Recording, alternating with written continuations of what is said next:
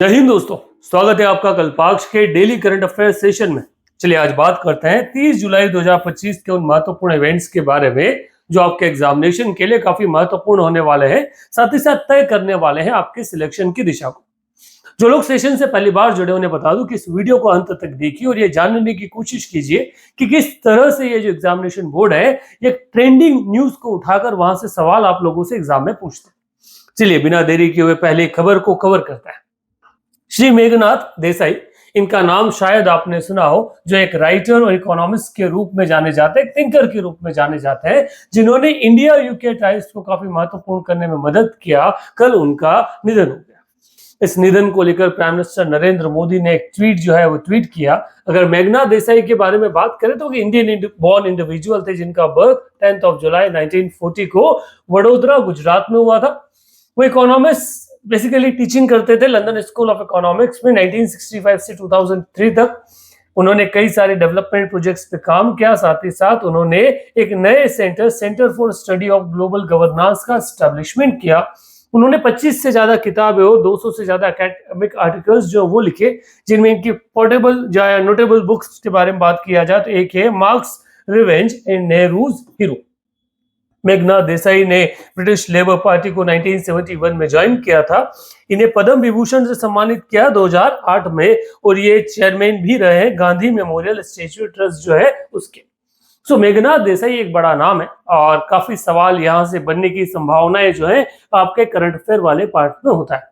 ये जो सेगमेंट हमने पढ़ा, अगर यहाँ से सवाल पूछा जाए तो क्वेश्चन आपके लिए बनता है जो कहता है Which of the following book is authored by Meghnad Desai? Mark's Revenge, The Road of Serfdom, The Wealth of Nation, and The Development as Freedom. इनमें से कौन सा ऑप्शन करेक्ट है आप कमेंट बॉक्स में लिखिए, क्योंकि इसको हम पहले डिस्कस कर चुके हैं। चलिए आगे बढ़ते हैं अगले क्वेश्चन की तरफ। इसका आंसर आप कमेंट बॉक्स में जरूर लिखिएगा कि कौन सा जो बुक है वो लिखा गया किसके द्वारा, मेघनाथ देसाई द्वारा। सेकेंड क्वेश्चन है 27 state advancing PM Ekta Mela for promote ODOP GI tag and handicraft product. प्रधानमंत्री नरेंद्र मोदी का आत्मनिर्भर भारत का एक सपना है और उस आत्मनिर्भर भारत के सपने को लेकर उन्होंने कई सारे मिशन जो वो चलाए हैं लोकल लेवल पर डिस्ट्रिक्ट को पहचान दिलाने के लिए। मतलब क्या है, कोई नेशन तभी महत्वपूर्ण या डेवलप हो सकता है जब उसका लोकल एरिया डिस्ट्रिक्ट प्रोडक्ट जो है वो पॉपुलर हो। इसके लिए उन्होंने कई सारे वो प्रोग्राम चलाए, जिसमें एक प्रोग्राम है वो 1 डिस्ट्रिक्ट 1 प्रोडक्ट, जहां हर जिले को एक प्रोडक्ट के लिए पॉपुलर किया गया। प्रधानमंत्री मोदी ने इसके साथ साथ जो ज्योग्राफिकल इंडिकेशन वाला जीआई टैग होता है उसको एक्सपांड किया, साथ ही साथ हैंडीक्राफ्ट को प्रमोट करने का कोशिश किया। पूरे देश में एक यूनिटी आ जाए, इसके लिए उन्होंने बात की एक नए कॉन्सेप्ट की, जिसे कहा गया एकता मॉल, यूनिटी मॉल। हर स्टेट या राज्य इसमें पार्टिसिपेट कर रहा है। टोटल 27 स्टेट्स ने इसके लिए पैसा जो है वो अलॉट कर दिया है, एक अकेले स्टेट को छोड़कर जिसका नाम है बंगाल की तरफ से कोई अलॉटमेंट जो है अभी तक नहीं मिला। अगर इस ऑर्गेनाइजेशन के बारे में बात की जाए या इस स्कीम के बारे में बात की जाए तो जो डिपार्टमेंट ऑफ एक्सपेंडिचर है उसने 5000 करोड़ रुपए का अलोकेशन जो है वो सेंटर की तरफ से किया है, बाकी स्टेट को इसमें देना है। अब यहां से एक सवाल बनता है, दो क्वेश्चंस जो है, एक आगे बढ़ने से पहले एक सवाल मैं आपसे पूछ लेता हूं। आप कहां से बिलोंग करते हैं, कौन से डिस्ट्रिक्ट से बिलोंग करते हैं? वहां क्या किसी प्रोडक्ट को ज्योग्राफिकल इंडिकेटर का टैग मिला है? अगर मिला है तो कमेंट बॉक्स में डालिए। साथ ही साथ वहां पर 1 डिस्ट्रिक्ट 1 प्रोडक्ट के कॉन्सेप्ट पर कौन सा प्रोडक्ट आपके यहाँ क्या किया जा रहा है, डेवलप किया जा रहा है, वो भी आप कमेंट बॉक्स में डालिएगा। आगे बढ़ते हैं, इस क्वेश्चन को आंसर करने की कोशिश करते हैं, इससे संबंधित क्वेश्चन को आंसर करने का कोशिश करते हैं। जो क्वेश्चन कहता है the PM Ekta mall scheme aims primarily to promote which of the following initiative. PM Ekta mall का मुख्य उद्देश्य निम्नलिखित में से किस पहल को बढ़ावा देना है? आत्मनिर्भर भारत योजना, 1 district 1 product and GI tag products, digital India initiative and smart city mission. इन चारों में से करेक्ट ऑप्शन क्वेश्चन नंबर 2 के लिए क्या है? आप 2 के साथ में इसको आंसर को कमेंट बॉक्स में डालिए, क्योंकि डिस्कशन आपने कर लिया। साथ ही साथ 1 डिस्ट्रिक्ट 1 प्रोडक्ट में आपके जिले का क्या फेमस प्रोडक्ट है वो भी आप कमेंट बॉक्स में डालिएगा। चलिए आगे बढ़ते हैं अगले क्वेश्चन की तरफ, अगली न्यूज की तरफ, जो आपके लिए शायद एक इंपॉर्टेंट हो और क्वेश्चन बनाने में या फिर आपके एग्जामिनेशन में जहां से क्वेश्चन आ जाए। जब से आपका ऑपरेशन सिंदूर या टेररिज्म के खिलाफ हमारा बैटल स्टार्ट हुआ है, डिफेंस काफी न्यूज में है। और वर्तमान में जो गोवा शिपयार्ड है उसने एक नया अटल फास्ट वेसल पेट्रोल वेसल जो है वो लॉन्च किया है इंडियन कोस्ट गार्ड के लिए, reinforcing India's indigenous maritime power and आत्मनिर्भरता इन शिप बिल्डिंग। ये कॉन्सेप्ट याद रखिएगा, हम इंडिजीनियस खुद का क्या कर रहे हैं, डेवलप कर रहे हैं। गोवा शिपयार्ड लिमिटेड ने एक नया ICGS Indian coast guard ship Atal क्या किया है, लॉन्च किया है, जो एक फास्ट पेट्रोल वेसल है फॉर इंडियन कोस्ट गार्ड, जिसका वास्को ड गामा जो आपका वहां सेरेमनी होगा और उसके आधार पर इसे भारत में क्या सरकार इंडियन कोस्ट गार्ड में लॉन्च किया गया। अब अगर इसके बारे में बात कर ली जाए तो ये क्या है, इसका स्पेसिफिकेशन देख लेते हैं। ये इन हाउस डिजाइन है जो गोवा कोस्ट गार्ड ने बनाया है। 52 मीटर लेंथ का 8 मीटर बीम और 320 टन डिस्प्लेसमेंट वाला ये बोट है। इसको लॉन्च करने में अगर इसमें किस व्यक्ति ने लॉन्च किया तो इसमें इंडियन नेवी की तरफ से क्या है, ऑफिशियल जो है वो अवेलेबल हुए इस पूरे के पूरे इवेंट में। यहां से एक सवाल बनता है, which propulsion technology is the first use on Atal among ICG FPVs? ठीक है, अटल में भारतीय तटरक्षक के फास्ट पेट्रोल व्हीकल्स, अच्छा FPVs का फुल फॉर्म क्या है, फास्ट पेट्रोल व्हीकल्स में कौन से प्रणाली का तकनीक का उपयोग किया गया है? Water jet propulsion, conventional fixed pitch propulsion, nuclear propulsion and controllable pitch propellers। Basically ये जो फास्ट पेट्रोल व्हीसल्स है जो बनाई गई है, इनमें जो प्रोपल्शन यूज किया जाता है वो यूज किया जाता है कंट्रोलेबल पिच प्रोपोलर, जिसके आधार जिस टेक्नोलॉजी पर बेस ये क्या है, पूरा के पूरा मिशन। सो थर्ड क्वेश्चन का जो करेक्ट आंसर है वो है सी। आगे बढ़ते हैं अगली न्यूज को कवर करने के लिए। नेक्स्ट न्यूज है डीआरडीओ से। DRDO conducts the 2 consecutive flight test of Pralay missile. Pralay का नाम हिंदी शब्द प्रलय, जिसका नाम विनाश से निकल कर आता है। सो प्रलय मिसाइल डीआरडीओ द्वारा डेवलप की गई है। इसका सक्सेसफुल लॉन्च जो है वो किसने किया, डीआरडीओ ने किया है। Defence research and development organisation conducted 2 consecutive flight test of Pralay missile. कहां से, doctor APJ Abdul Kalam island on the coast of the Orissa. The flight were carried as part of the upper elevation trials to validate maximum and minimum range capability of the missile system. The missile previously followed intended trajectory and reached the target point with the pinpoint accuracy, meeting all the objectives. ठीक है, तो ये अपने आप में महत्वपूर्ण है किस एग्जाम के, किस मिसाइल के लिए, प्रलय मिसाइल के लिए। अगर बात किया जाए तो which were verified test data capture sensor developed by integrated test part. Pralay is an indigenously developed solid propellant quasi-ballistic missile employing state-of-art guidance and navigation to ensure high precision। ये बात ध्यान रखिएगा, कौन सा है ये, solid propellant and quasi ballistic missile है, ये बात याद रखिएगा। यहाँ से सवाल बनने की संभावनाएं अत्यधिक है। अच्छा, the system has been developed by research centre Imarat in collaboration other DRDO labs, defence research laboratory, advance system laboratory and armament research and development establishment, high energy material research. ऐसे अलग अलग जो भी डीआरडीओ के संस्थान है उनके साथ मिलकर किसने, रिसर्च सेंटर इमारत जो है उसके द्वारा क्या किया गया, ये डेवलप किया गया। यहां से भी सवाल बनने की संभावनाएं कई सारी है। ठीक है, इसके तरह ये विटनेस सारे इंडियन एयरफोर्स, इंडियन आर्मी और बाकी लोग भी इसमें अवेलेबल थे। रक्षा मंत्री राजनाथ सिंह ने डीआरडीओ को इसके लिए क्या किया है, बधाई दी है। और अगर बात की जाए तो चेयरमैन ऑफ डीआरडीओ का नाम जो है समीर वी कामत है, जो इस चीज के लिए क्या है, कांग्रेचुलेशन किया है। तो जो इस पर्टिकुलर न्यूज से महत्वपूर्ण है, 4 चीजें, कौन सा मिसाइल है, प्रलय, किस पर आधारित है, solid propellant and quasi ballistic missile, किसके द्वारा डेवलप किया गया, रिसर्च सेंटर इमारत के साथ in the collaboration of DRDO. DRDO की कई सारी संस्था इससे लिस्टेड। अब यहां से सवाल क्या बनता है, What type of missile is प्रलय?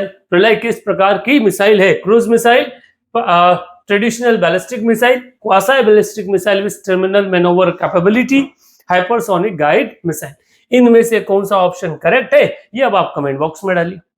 यहां तक आपको एक बात क्लैरिटी मिल गया होगा कि किस तरह से अगर हम सॉलिड सोर्स को फॉलो करते हैं तो शायद क्वेश्चन बनने की संभावनाएं काफी अधिक हो जाती है। आगे बढ़ते हैं अगले क्वेश्चन की तरफ, अगली न्यूज की तरफ। Union minister Shri Bhupendra Yadav precise the global tiger day 2025। तो 29 ऑफ जुलाई जो है उसे ग्लोबल टाइगर डे के रूप में सेलिब्रेट किया जाता है। इसके आधार पर एक फंक्शन हुआ जिसमें श्री भूपेंद्र यादव जो है वो अटेंड किए हैं। इंडिया के में लगभग 58 टाइगर रिजर्व्स जो है वो काम में है, और जो one of the largest tree plantation drive जो है यहाँ पर निकाली गई। इंडिया टाइगर जो है tiger reserves grow from 46 to 58 since 2024। Bharat में पहले 2014 से पहले 46 हुआ करते थे, अब कितने टाइगर रिजर्व्स है? 58। कई सारे क्वेश्चंस यहाँ बनते। पहला, टाइगर पॉपुलेशन के ऊपर कि भारत में टाइगर पॉपुलेशन कितनी है। अच्छा, भारत में स्टेट वाइज भी क्वेश्चन बन सकता है, सबसे ज्यादा पॉपुलेशन जो है वो कौन से स्टेट के अंदर है। ग्लोबल टाइगर डे कब किया जाता है, सेलिब्रेट किया जाता है, वहां से भी सवाल बनता है। प्रोजेक्ट टाइगर जो है उससे भी सवाल बनने की संभावनाएं बड़ी है। सो क्वेश्चन आपसे, which tiger conservation program started in India in 1973 has been pivotal in increasing tiger numbers। Bharat में 1973 में शुरू की गई कौन सी बाघ संरक्षण योजना बाघों की संख्या बढ़ाने में महत्वपूर्ण रही है? National tiger authority, tiger corridor initiative, project tiger and royal Bengal tiger mission. इनमें से कौन सा ऑप्शन करेक्ट है, इस एनालिसिस के आधार पर आप कमेंट बॉक्स में डालें। चलिए आगे बढ़ते हैं, तब तक अगले क्वेश्चन की तरफ। आप क्वेश्चन को आप कमेंट बॉक्स में 5 पॉइंट के आधार पर आपका जो भी ऑप्शन आपको करेक्ट लगता है वो आप डाल सकते हैं, पोस्ट कर सकते हैं। आगे बढ़ते हैं अगले क्वेश्चन को, अगली न्यूज को कवर करते हैं। अगली न्यूज है इकोनॉमिक्स एंड बैंकिंग वाले एस्पेक्ट से। LIC life corporation of India जो है उसने $1 बिलियन का FRA साइन किया है जेपी मॉर्गन और bureau of hedge against interest rate risk. जुलाई 2025 में life corporation of India LIC ने लार्जेस्ट इंश्योरर के रूप में जो इंडिया में काम करता है उसने फॉरवर्ड ट्रेड एग्रीमेंट जो है वो साइन किया है $1 बिलियन का, लगभग 8,300 करोड़ का। किसके साथ में? American based financial institution JP Morgan and bank of American cooperation के साथ में। क्लियर है कहानी। बैकग्राउंड ये है कि 2024 में LIC ने इस बॉन्ड वाले पार्ट में एंटर करने का कोशिश जो है वो किया था। अगर बात की जाए FRA के बारे में, तो FRA एक फाइनेंशियल कॉन्ट्रैक्ट होता है जिसमें वन पार्टी दूसरे पार्टी के बॉन्ड को परचेज करने में एग्री करती है।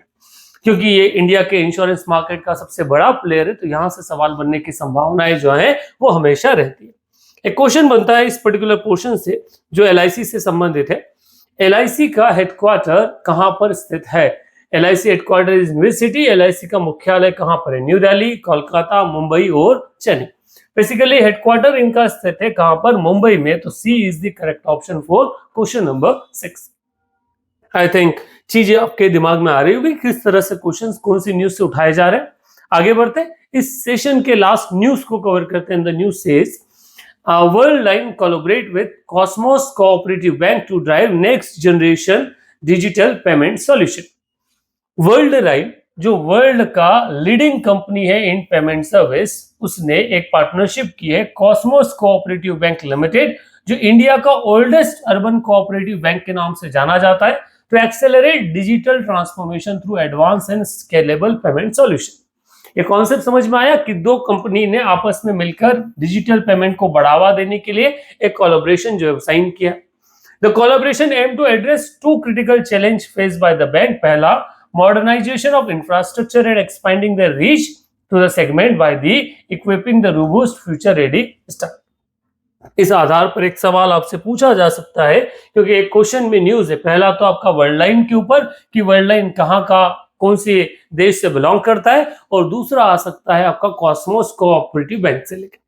सवाल, कॉस्मो कोऑपरेटिव बैंक जो one of the oldest bank है वो किस साल में स्टैब्लिश हुआ है? तो इसकी स्थापना की गई थी 1906 में। कहां पर? पुणे में।